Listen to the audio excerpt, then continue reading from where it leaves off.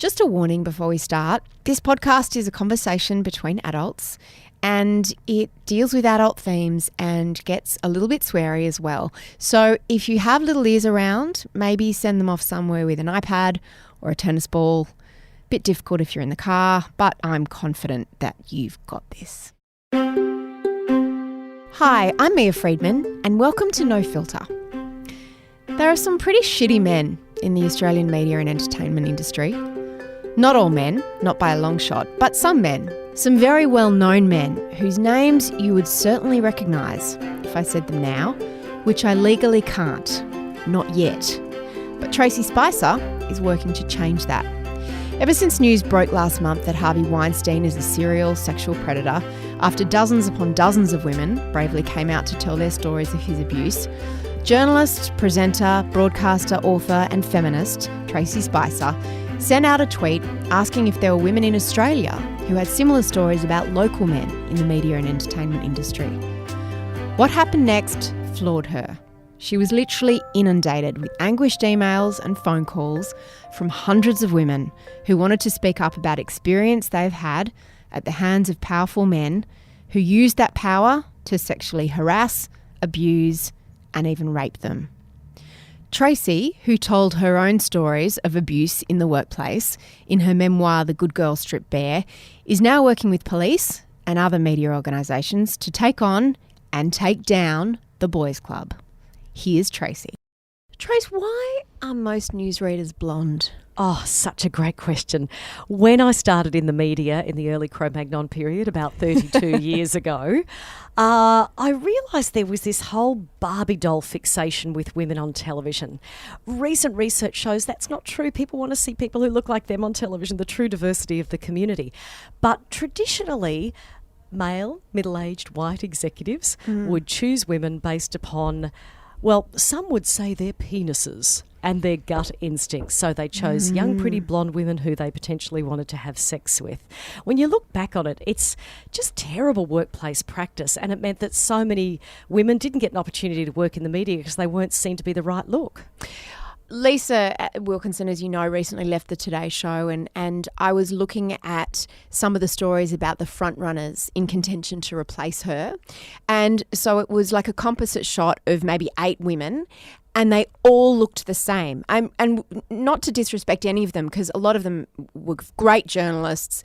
You know, there was a diversity in ages, to be fair, but they all were skinny white blonde women still. That shot killed me because it showed that the media executives in television in Australia have not learned. Overseas at the BBC, for example, they've got targets not only for gender diversity on air and behind the scenes, but for cultural diversity. At Bloomberg, they've got it at the top end of town. All the banks know that diversity improves the bottom line, diversity in your workforce of all different types. But the television executives, particularly at Channel 9, to be honest with you, are still stuck back in the 1950s and 60s, and they think, oh, this seemed to work for us 30 years ago, maybe it'll work now. I've got a message for them. With the fragmentation of the mass media, it will not work. People are angry that they can't see themselves on screen. It's interesting because when I worked in magazines as an editor and it was just wall-to-wall, skinny, tall, white, blonde, size 0, Anglo, very young girls, and people would say to me when I would say, but why does it have to be like that? Why don't we have all shapes, sizes and skin colours? And they would say, but it's what women want. And I would be like, but how do you know it's what women want if there's no other options? Is that still the thinking?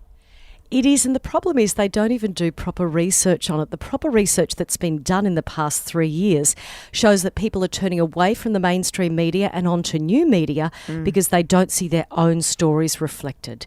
You know, people perhaps with a disability or people from the transgender community don't see themselves on the screen, so they're seeking out different media.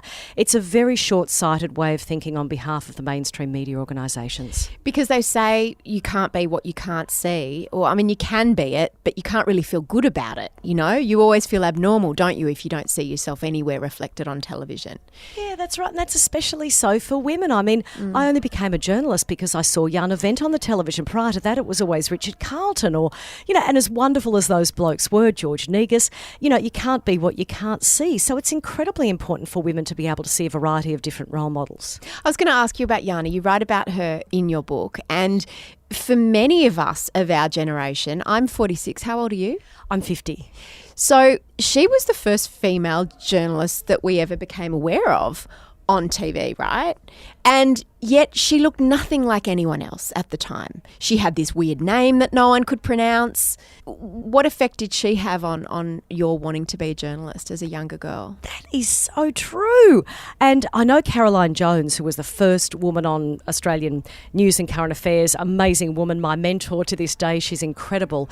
But it was seeing Jana overseas in the Middle East interviewing soldiers, doing that hardcore stuff that you always used to see men doing. That made the difference. And I grew up in a pretty low socioeconomic area, so there weren't very many role models, for options, I guess, for jobs overall. So when I saw her, I thought, I want to be her. And I don't think I just wanted to be a news and current affairs host. I wanted to be a slight dark-haired woman of Eastern European ancestry because she was so much more sophisticated than being the bogan bleached-haired chick from Redcliffe. That is a role model, right? Wanting to be something and someone who's different. Tell me the story about Jana and about the way the most feminist act possibly of any TV journalist, certainly in the 80s, that she committed when she walked out of her show one night. Absolutely. And when you think that this happened 30 years ago, it's extraordinary. The producers wanted to do a story on topless shop assistants. She was the host of a current affair. She was the host of a current affair, and the male producers thought that would be a ratings winner. And she said no, and she walked out. Now, I was working at Channel 9 Melbourne at that time, and one of our... How much can I swear on this? Please, all you like. Oh, fantastic. The senior producer, Sue, took some of us young journalists down into what was known as the Cock Forest, Lord of the Flies with ties, a.k.a. the boardroom drinks on Friday night. Yeah. And all these blokes with their big red noses and swilling their Chardonnay were standing around talking about bloody Jana, what would she know? The fucking princess telling us not to run the story on topless shop assistants. Those stories rate their tits off. Ha ha ha ha ha ha. And not long after, Jana was sidelined at Channel 9 because she stood up. And that's why so few women feel confident about standing up in this industry, because the boys' club comes down, and it comes down hard. You and I have both suffered at the hands of the boys' club, and we've both had experiences at Channel 9. Why do you think there are some organisations that just have such an embedded culture that doesn't seem to change despite different people being at the top over decades? Because there's no willingness to change. What we've seen in recent months, in fact, at Channel 9, which is terribly, terribly unfortunate, and I would say a corporate governance issue for the board, is that they've rehired a lot of people from the bad old days from 30 or 40 years ago. So there's no willingness at the top levels. Both on air and in the both executive on air ranks. and in the powerful executive ranks, the ever powerful executive ranks. It's almost as if this fourth wave of feminism is making a lot of men in power cling to their boys' clubs even more closely because they can see that their power will slip away in the next couple of years. And there's a huge backlash. You can see that online, obviously, with a lot of aggression with the men's rights organisations, and that's how it's manifesting within our television networks. The worst boss you ever had, John Sorrell, was that his name, was at Channel 9, wasn't it? Tell me about being hired by him and your experience when you worked there. The first thing I noticed when I walked into the 9 newsroom in Melbourne 25 years ago was a sea of lollipop ladies, women who dieted themselves down to be so thin that their heads looked disproportionately large. And that's because both Sorrell and Packer liked their women on air to be thin. That was Kerry Packer in those days. Kerry Packer in those days, yes, definitely. Sorrell used to go to the pub for 4 hours from midday to 4 o'clock and then yell at everyone until the news went to air at 6 o'clock. The resultant product was an incredible news service. In fact, people would say Channel 9 could make a turd look like a chocolate eclair. But the price that people paid for their mental health working in that newsroom when it came to bullying and sexual harassment was horrific. He yelled at one of my colleagues across the newsroom one day, "I want 2 inches off your hair and 2 inches off your ass." She quit the industry not long after. In fact, an entire generation of women has been forced out of this industry because of the groping, the grabbing, the sexual harassment and the bullying. It's absolutely horrific.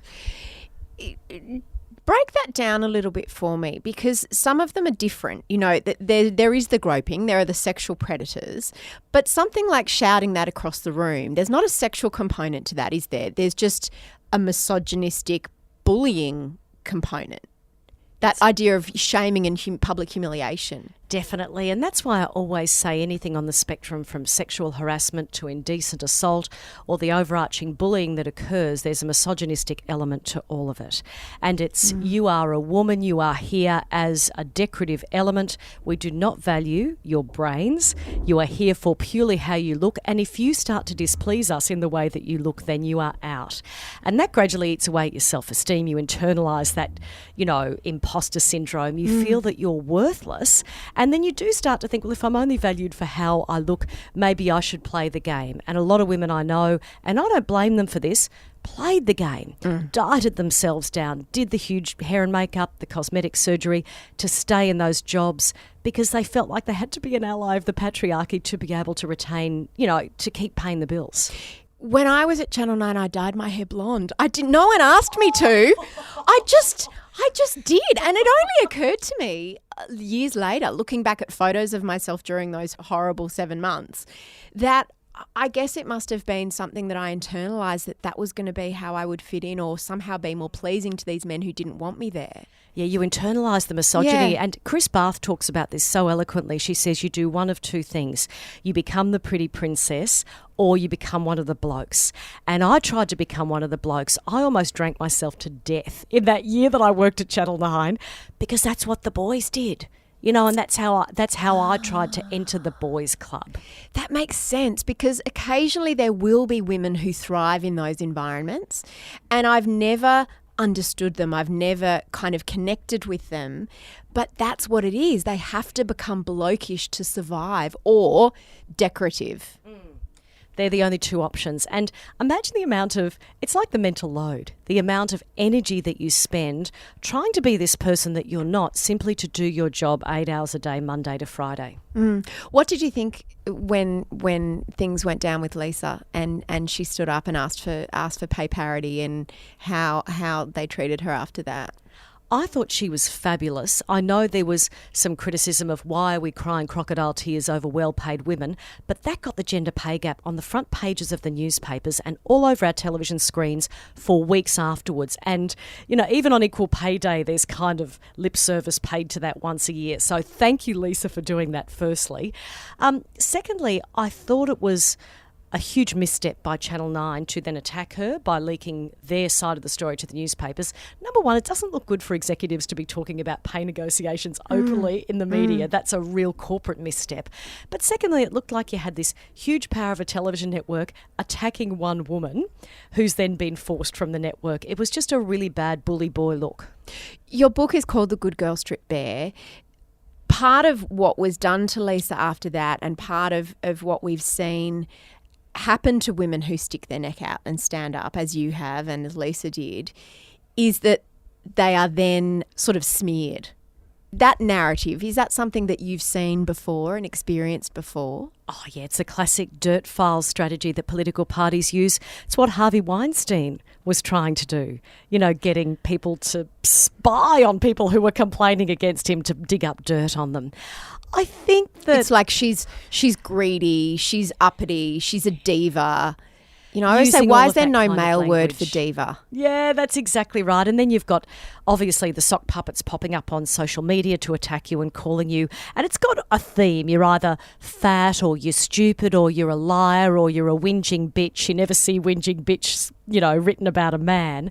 And that's all trying to discredit women. To be honest with you, occasionally a barb will get to me, but more often than not, I've got a strategy these days. I've got a great sisterhood support group. What is your strategy? I contact my sisterhood. I say, this has been written about me. I'm wondering if you can help me with a strategy around this. And a strategy doesn't mean a responsive pile-on because, number one, that's not fair because a lot of them are women with huge followings and that's not fair.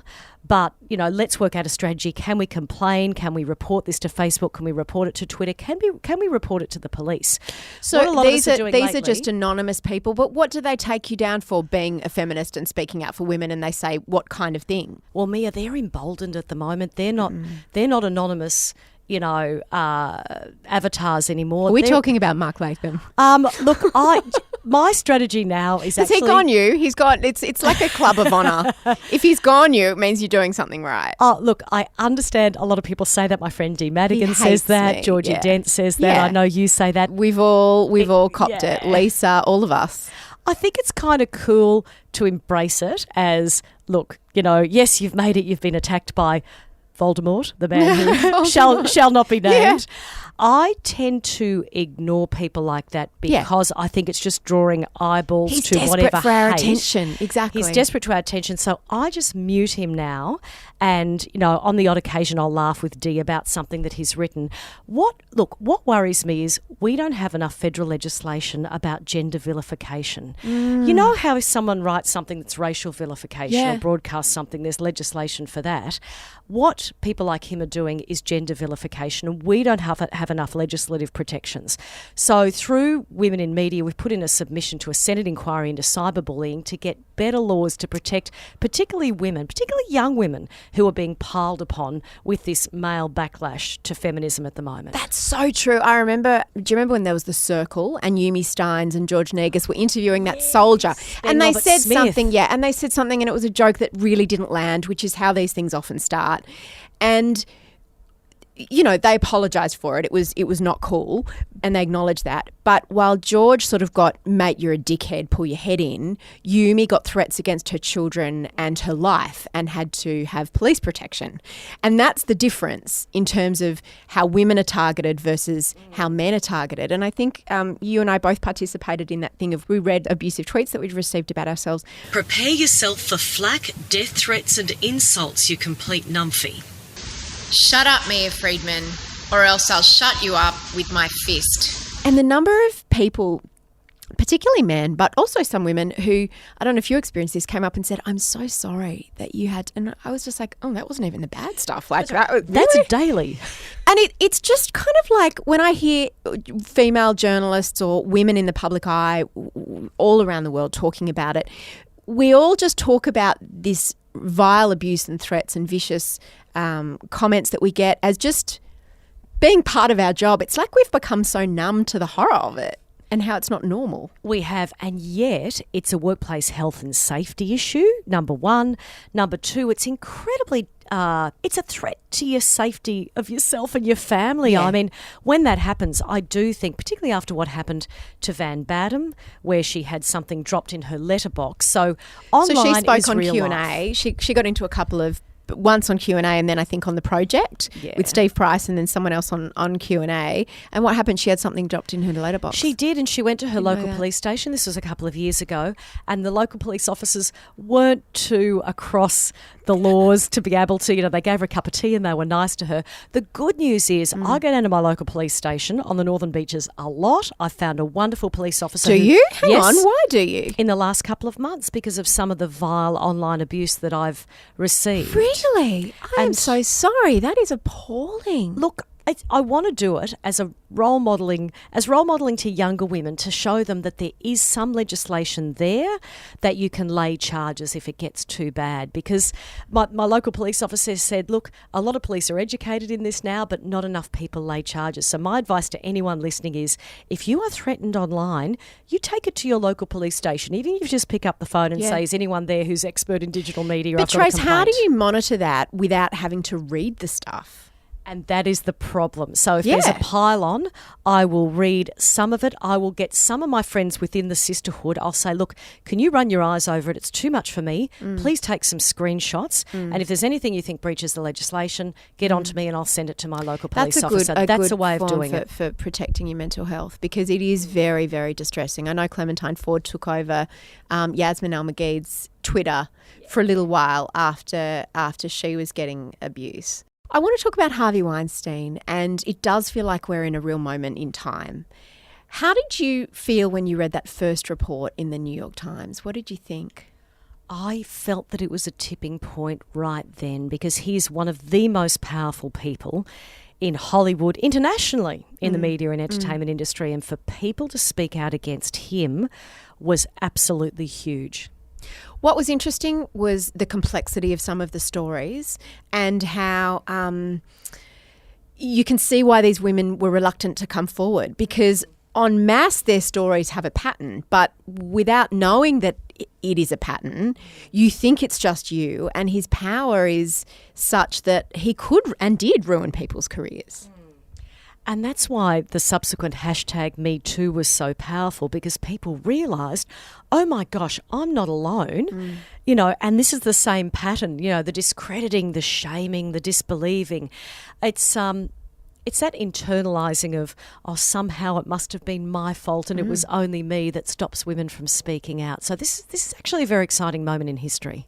The Me Too movement, which I thought it was and it remains fantastic, has had criticism. Do you understand that criticism, or what do you think about it? People saying that, what's the point? It's all women talking to other women. We're screaming into the void. And what about men? What do you say to that? Oh, look, I think the Kevin Spacey incident changed that a little bit, to be honest with you. The fact that it was a 14-year-old boy in that case. And, with a lot of the stories that I've been hearing, there probably are about 5 to 10% of men as well. And this is where we understand that sexual harassment and indecent assault, it's not always about sex, it's about power and the disparity of power. And we see it in industries where there's a lot of powerful men and, women underneath, and sometimes children, like the acting fraternity, who have very little power. How have you become such, drawcard is the wrong word, but such a key figure after the Harvey Weinstein story came out? Women are now coming to you with their stories. How did that happen? It was entirely accidental. I wrote in my book, The Good Girl Stripped Bare, a lot of instances of sexual harassment and indecent assault because I wanted to stand in solidarity with other survivors. But when the Harvey Weinstein stuff came out, it occurred to me that I personally knew of a lot of offenders within my own industry and that a lot of us journalists have been negligent by not digging deep on those stories. Now, by saying negligent, we have different defamation laws in this country, so it's harder to name people, certainly. And it's a very small industry in Australia. People are scared to speak out. But I thought, really, it's my responsibility now to tell these stories. So I put out a tiny tweet saying I'm investigating 2 people in the media entertainment industry in Australia. Please send me your stories. I have received about 470 stories. Oh, wow. From overwhelmingly women and a handful of men via email, social media, phone calls. It's been astonishing. And from that, there's a list of about 65 alleged offenders. Probably 5 to 10 of them are absolute repeat offenders. So they're the ones that we're concentrating on at the moment. And some people are saying to me, oh, do you mean historical cases? No, I don't. I mean people who were offending 30 years ago who are still offending today. Like Harvey Weinstein, some of the charges and the stories are from as recently as the last few years. And it's funny you say everybody in our industry well know the names of at least a couple of people. They are notorious. And my understanding is that in the past there have been several attempts to certainly take down one individual and expose his repeat offending. Why has it never been successful, and what's different about now? It's never been successful because a lot of these individuals are highly litigious and they are embedded in the boys' club. And the boys' club would gather ranks around them to protect them because they brought great ratings to the media outlet. A couple of things have changed. More women are emboldened to speak out because of the Me Too movement. There is more legal protection these days because there's a willingness to tell these stories. So, for example, with the investigative teams I've got on board, we have 3 legal firms helping us. We've got to get this right because it'll be a snowball effect. And the other thing is the boys' club has cracks in it. There's a lot of blokes who saw things happen in the past 30 to 40 years and thought that was just the era, that's just the way it was. They've kind of woken up to realise this stuff is still happening now. Some of them have daughters now and they don't like seeing what's happening around them, so they will not stand by these offenders any longer. There was, funny you mentioned the daughters thing. A lot of people are critical when someone says, as a father of a daughter, I am appalled. As the father of a daughter, and they said that after Donald Trump's pussy grabbing and after Harvey Weinstein, and Matt Damon as the father of 4 daughters. Now, I'm a bit torn on that. I know people say you should say, what about just as a human being? As a person, I'm appalled. But when a man has a daughter, they do see the world through a different lens, or they can't they? Yeah, I'm torn on that too because I think everyone should be appalled in a perfect world, but the research shows that fathers of daughters are more appalled, and fathers of daughters who are CEOs have better family-friendly policies in their workplaces. My father had 2 daughters and he was not sexist in the slightest. I've seen my husband soften about this stuff since we had a daughter. So having seen it around me, I know it's a thing, but equally I think in a perfect world everyone should be pissed off about this. Tell me about movie night and your place and the conversation you had with your husband over what movies you were going to choose. Oh, my husband he calls himself an equalist, right? Because he won't bring himself to say the word feminist, but equalist is okay. He's actually very switched on. He was the one who realised we had a gender pay gap in our household. However, he's not that switched on when it comes to consumption. What do you mean you had a gender media. pay gap in your household? Oh, I'm horrified. We had this hastily scribbled chart on the fridge about, pocket money and the duties you had to do. Hubby does all the cleaning and I do all the cooking because he likes cleaning, is a little bit, anally retentive, and I love doing all the cooking. So, my daughter with the role modelling thing would end up doing a lot of stuff in the kitchen and our son would do the taking out the bin stuff. Well, we had more heavily weighted taking out the bins because it was a physical job than doing the stuff in the kitchen. And that's exactly like, bricklayers being paid more per hour than hairdressers because it's a male-dominated profession compared with a female-dominated profession. So I was horrified. We changed that immediately. And the other thing I wanted to change was our Friday night movies on Netflix, because Gracie and I would happily watch any old shoot-'em-up film, any old James Bond thing that hubby and Taj wanted to watch. But anytime we wanted to watch Pitch Perfect or something fantastic like that, they would say, oh, that's a chick flick. We're not watching anything girly. And I just put my foot down, got on the soapbox in the lounge room and said, you're disparaging your daughter's interests and passions. It's like how men disparage women's sport, and this will not go on any longer. And Jay said, oh, get off your soapbox. Not everything's about gender. We had a bit of a fight about it. And then the next day he thought about it. He's a bit of a deep thinker, my husband, and he took them to see the all-female Ghostbusters at the cinema the next day without telling me. And both him and Taj came home and said, that was really good. So now we alternate it every Friday night as to who gets to choose the movie, and no one disparages chick flicks. So he was really looking at the world through the lens of his daughter, and you helped him do that. Yeah, that's a really good point. He was, because obviously he adores Gracie and he doesn't want to think that other people would disparage her interests, her passions, because that flows over into the workplace, disparaging, nursing or teaching because they're traditionally female-dominated professions. It's interesting. You can even see it in a very unreconstructed form in Donald Trump. It's like it's even that generation of incredibly sexist dinosaurs. They still want their wives to be decorative, but they want their daughters to be successful. Yeah. They want their daughters to work. And I often wondered if John Howard would have become a little bit more evolved in his views around gender and women had he been Prime Minister when his daughter was a bit older, because he had, his mother never worked outside the home, his wife never worked outside the home. He never had any modelling around him of a woman who worked outside the home. And so then when I think by the time he left politics, his daughter was at uni or whatever, but she went on to become a lawyer and then a mother and then a single mother. And I thought, I bet that would have given him a lot more insight into what a family can look like and what the role of a woman, because a lot of his policies were all based around rewarding women for staying at home. It's a really great point, and we saw that in Bronwyn Bishop as well.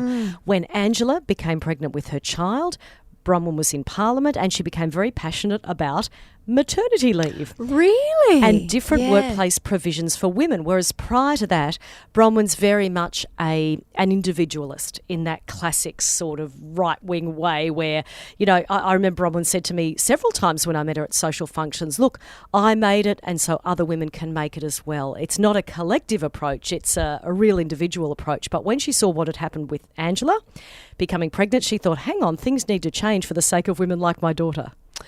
That's so interesting. Well, I was going to ask you about conservative women and why the resistance to calling themselves feminists. I mean, from Michaelia Cash to Julie Bishop to Bronwyn, why won't they use that word? Is it just that it has such unsexy negative connotations in the world that they live in? There's two reasons, I think. One is that cult of the individual. The second is that they have to be allies of the patriarchy in their party because it's so male-dominated. I don't think that Julie Bishop would have got as far in that structure as she has, and good luck to her. I think she's fabulous. if she had have said, I'm a feminist, they would have gone, oh no, you seem a little bit too extreme, you seem a bit too much of the left saying that word, we will sideline you. Whereas I know Julie personally is so helpful to other women. Oh, she's amazing, and she's fun, and she's such a woman's woman. Yeah. She's great. When I lost my job at Network 10, she gave me a platform at the Great Hall of the Federal Parliament on International Women's Day the next year, and said, it was emceeing an event, and she said, if you want to say anything up on that stage about Network 10, you say it. I want to amplify your voice. And that was years ago, 11 years ago, and I thought, wow, you are a good woman. Can you sort of project the word feminist onto someone who doesn't want to be called one? I kind of feel like, you know, whether those women call themselves feminists or not, we will still do our work on behalf of them and on behalf of all women in terms of fighting for equality, whether it's the gender pay gap or reproductive rights or whatever it is. They will still benefit from the work that we do. Yeah, definitely. And I think it's a shame they don't embrace the word, because there's some talk internationally about using the word womanist instead of feminist. Can you believe it? So clumsy. But whatever We've already got a word for it. We've got a word, sister. We've got a word. But whatever word we embrace, anyone who opposes women's rights, you know, the men's rights associations, they're going to demonise that word anyway. Yeah, exactly. So there's no Doesn't point matter. in changing it. It's like we've got a word for tree. We don't need another word for tree. It's ridiculous. So I want to ask you about quotas and what you feel about how you feel about quotas. I've always been president and secretary of the Pro Quota Society for many, many years. And I think a lot of women and a lot of men are coming over the line about that. Just in the last 2 years, I've noticed the conversation changing, that it's not as much of a dirty word as it used to be, although in some places they call them mandated targets. Look, I don't care what they call it, it works. And the reason why people are getting over the line about it is they've seen very little progress in the past 30 years. And the only things that are changing it are targets, quotas, call it what you will. I want you to give me the arguments to use, because I'm the same as you. I used to...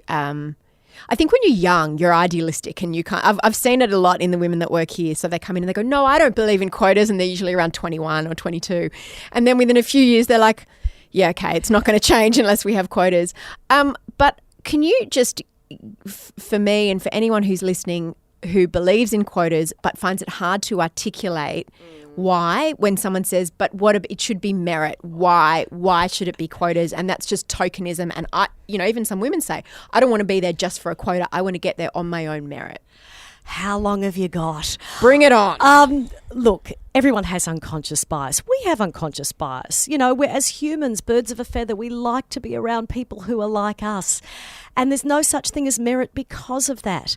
People hire people who are like them unless there are structures that are put in place to make them aware of their unconscious bias and make them widen the pool and choose somebody else, okay?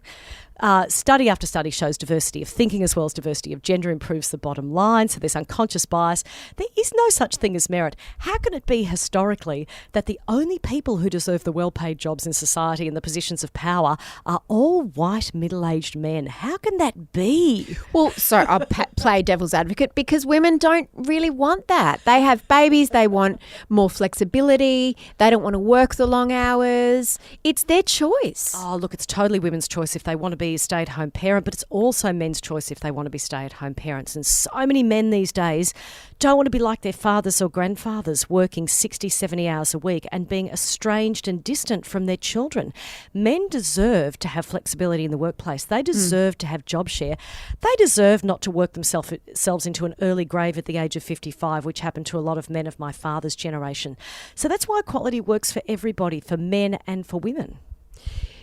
And so, as Annabelle Crabb says in her book, The Wife Drought, women need wives and men need lives. Yeah, they do. And so what about when people say, but it's merit? It's just, it's just, if you're good enough, you'll get there, says Bronwyn Bishop. There's no such thing as an objective concept of merit, because we are humans, we're not robots. We're driven as much by emotion as we are by logic. Look at television. There's not proper panel discussions about who's going to be hired to present this program. It's all done on gut feel, and gut feel by men, which is tainted by sexual attraction, particularly in a visual medium like television, to use that as an example. Meritocracy land belongs next to fantasy land in Anaheim, California. But in terms of the argument about merit, people can say, well, we're looking for someone to fill this board position. We need someone with board experience. There are no women with board experience. How do you break that cycle? I mean, I've never, ever been asked to be on a board ever in my life, whereas my male contemporaries, you know, you look at someone like Todd Sampson, he's on the board of Qantas and Fairfax. I don't know how many boards you're on, but you and I have got a bit of experience under our belt, but we're not given those opportunities. There's a really good answer to that, and that is what we've seen in Scandinavia. They started out just with quotas a long time ago at board level. They found the same 8 women were on all the boards. 40% of boards were comprised of women, but they were the same 8 women. So then they put targets and quotas in at an executive level and put in bottom-up solutions so women could get off the sticky floor. To get more women in the to get more pipeline. women in the executive ranks, because we know that 30% is a tipping point. When there's 30% of women either on a board or an executive level, that's where you see, better decisions being made. And that's what we need in Australia. We need more women in those executive positions as a pipeline. However, as to the argument that not enough women have executive experience, I know a lot of women, Mia, like you, and I won't name them, but a lot of friends of mine who are very experienced like you in the media industry who cannot get onto media boards, and there is no good reason. They have more media and executive experience than some of the boys' club who are on those boards. And again, that's just the boys' club holding onto their toys and not wanting to share them. So Ariana Huffington on the board of Uber, I think she's one of the only women on the board, and she was talking at a board meeting about how there needed to be more women on the board, and one of her fellow board members said, if there's more women, there'll just be more talking. Yes. And he was forced to resign from the board because that was leaked. That's kind of the attitudes that we're talking about, isn't it? Oh, yeah. Friends of mine who have eventually got onto some of these really great corporate boards hear that conversation around the board table because there might be 2 women on a board of 8. Oh, we need to get more women. Oh, no, that'll just mean board meetings will go on for too long. So there's still this kind of idea of women talking. But the recent research shows that men actually talk more than women. Any woman who's been in a meeting with men will know that. That's exactly right. So, look, again, it's just the boys' club. Now, last time I talked to you about television and what you were doing, you were going to grow your hair out and you were going to go grey. Yeah. You're grey at the front. Yeah. I got my roots done yesterday, so this is top of mind. You're grey at the front, but you were sort of saying about how you liked the idea of sometimes wearing no makeup and sometimes not doing your hair, but as a TV presenter, you also don't want to be distracting. Because if you look completely different to what everybody's used to when they turn on their television, it really can detract from what you are trying to say. How have you reconciled that in the last few years? I do a lot of presentation training with young aspiring TV presenters, but also corporate women. And I say to them, look, whenever you're being filmed with the lights and the cameras, it can suck the colour out of your face. And you don't want people saying to their partner on the lounge, like, Gogglebox, oh, they look a bit sick. Is something wrong with them? You want them listening to what you're saying. Yeah. So I always say, put on a little bit of makeup to add the colour back into your face if you're going on camera. Just make sure your hair's neat because you don't want it to be distracting. And then that's how I've reconciled the whole, I don't want to go completely over the top and contribute to that whole Barbie doll syndrome. But equally, I want the message to be what it's all about, not the appearance. Sadie Smith, the author, recently spoke about she's got I think it's a 5-minute rule for her daughter. I think her daughter's about 12, similar age to yours and mine. And she said she's not allowed to look at herself for more than 5 minutes in the mirror because it's a waste of her time. And she says to her, your brother's not spending that time looking in the mirror. And then she's like, well, all this contouring, that's an hour and a half of a day that a girl doesn't have. Now, you gave your famous TED talk basically talking about the amount of time that a woman has to spend getting ready. And you've also spoken about a woman that who works in television who spends 5 hours a day in the makeup chair. And even, Lisa Wilkinson and no doubt Samantha Armitage would have to get up an hour and a half earlier than Koshi and Carl because Koshi and Carl only need 2 minutes in the makeup chair. And add that to the gender pay gap as well. Yeah, exactly. So then some people came out and said, well, don't you shame us for if we want to spend an hour and a half a day contouring our face, that is our choice. And #feminism and I choose my choice. What do you say to that?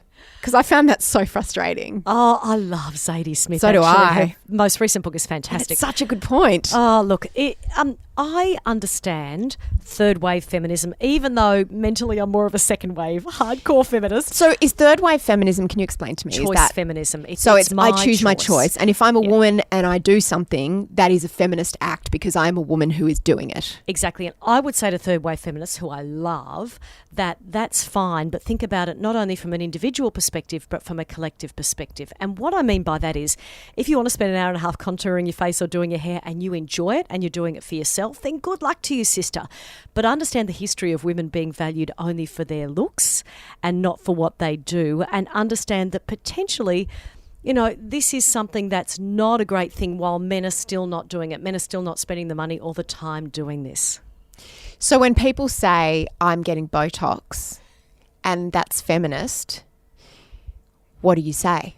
I personally disagree with that for the simple fact that you don't see so many men going out spending the money and taking the time and feeling like they have to. However, while I personally disagree with it, I would never criticise an individual woman for doing it because I understand the pressure society puts on women to do that.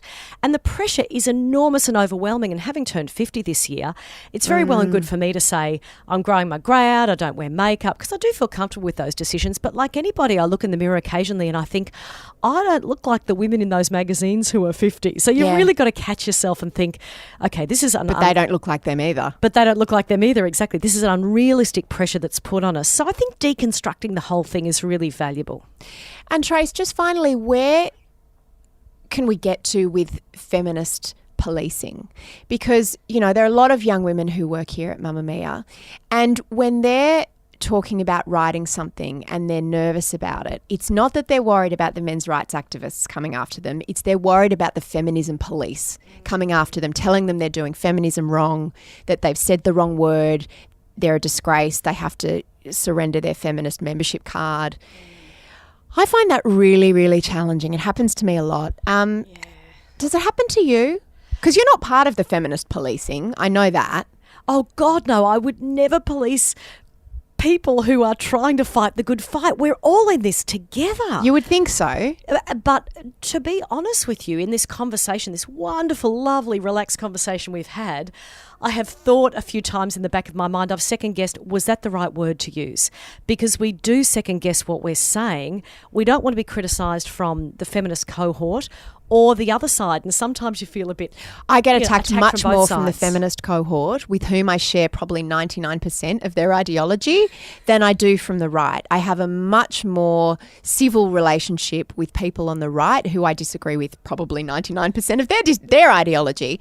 But there's something particularly vicious about some part of the extreme feminist cohort. And why is that? Because it breaks my heart. I But would why is say it? it's because of frustration, that there's a lot of feminists who have been fighting for this for a long time. Again, whether they're second wave, third wave or fourth wave, you know, that are really embedded in the movement. And I think that's fantastic. We stand on the shoulders of giants, but they feel the frustration that we're not moving forward as fast as we should be.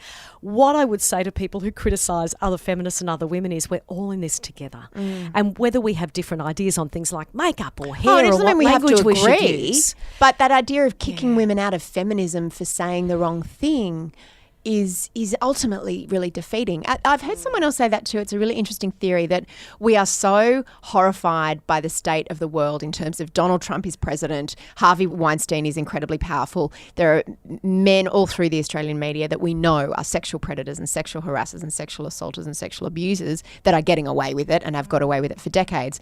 And because we feel powerless to topple them, it's somehow easier to tear each other down. Yeah, definitely. We're taking out our frustration on each other. And that's why I always say when I see a woman doing that on social media, let's remember who the real villains are here. Let's attack the power structures, not each other. I think that's a great message to end on, Tracey. Thank you so much. Thank Keep you so fighting the good much. fight. You too. Thanks for listening to No Filter. Find Tracey's book, The Good Girl Strip Bare, it's a great read, by going to apple.co/Mamma Mia. You can also find my book there, and if you look at our books side by side, the covers are almost identical. Truly they are. It's hilarious. I should put up a picture on my Instagram. I will do that, in fact. Subscribe to No Filter in iTunes or download the Mamma Mia podcast app. Now, can you tell us this? email us at podcast@mamamia.com.au, because we don't have anywhere for people to go to talk with other people about these no filters after they listen to them.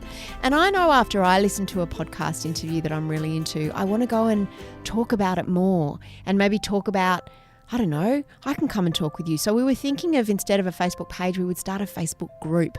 Would you be into that? What do you think? Tell us if you would like a Facebook group, somewhere to go and talk to me and maybe ask me questions about the person, or, talk to each other, a bit like a book club, but for this podcast. Let us know. Email us at podcast@mamamia.com.au. Liza and I have been wanting to do this for a long time, but we need to know that there's actually going to be someone that turns up to the group, or it will be a little bit awkward and embarrassing. Today's show, as I've mentioned, was produced by Eliza Ratliff for the Mamma Mia Women's Network. The director of podcasts is Rachel Corbett. My name is Mia Friedman, and I will see you next time.